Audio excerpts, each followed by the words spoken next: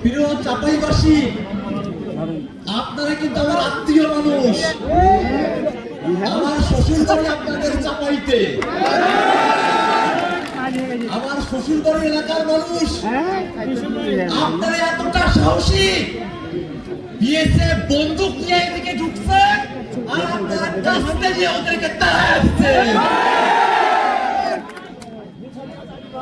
দিল্লি না ঢাকা, এই স্লোগানটা সব থেকে বেশি ধারণ করে চাপাই নবাবগঞ্জের মানুষেরা।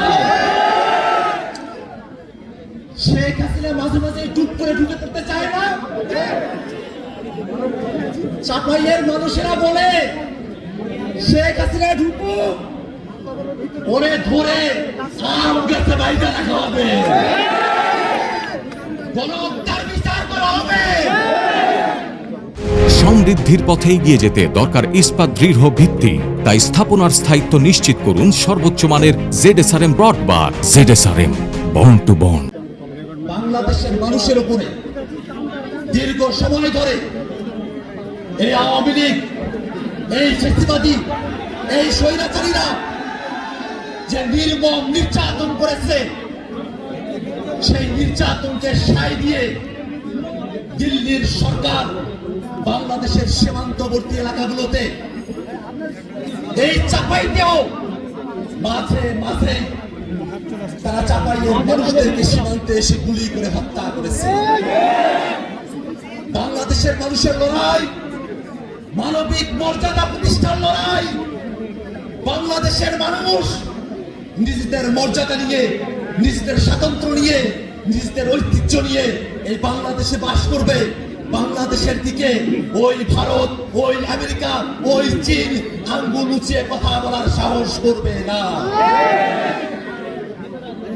আপনারা চাপাইয়ের মানুষেরা দীর্ঘ সময় ধরে আপনারা আঞ্চলিকভাবে বৈষম্যের শিকার হয়ে এসেছেন, রাজনৈতিক বৈষম্যের শিকার হয়ে এসেছেন। কিন্তু নতুন যে বাংলাদেশ প্রতিষ্ঠিত হয়েছে, সেই নতুন বাংলাদেশে রাজনৈতিক কারণে আমরা আর কোনো বৈষম্য দেখতে চাই না। যে রক্ত, যে শ্রম, যে জীবনের বিনিময়ে নতুন বাংলাদেশ প্রতিষ্ঠিত হয়েছে, সেই নতুন বাংলাদেশ আর পুরনো সিস্টেমে, আর পুরনো কায়দায় চলতে পারে না। বাংলাদেশকে নতুন ব্যবস্থায়, নতুন কাঠামোতে, নতুন কায়দায় পরিচালনা করার জন্য অবশ্যই একটি নতুন সংবিধান প্রণয়ন করতে হবে।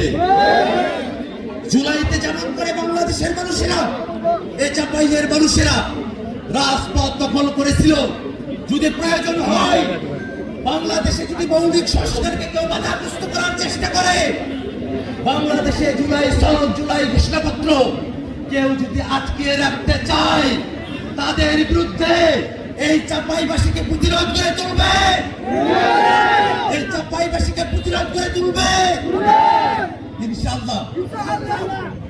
চাপাইবাসী গোটা বাংলাদেশের মধ্যে জাতীয় নাগরিক পার্টি এনসিপির আলোক পত্রিকা হয়ে বাংলাদেশে তারা তাদের ভূমিকা নির্ধারণ করবে। আজকের এই সমাবেশে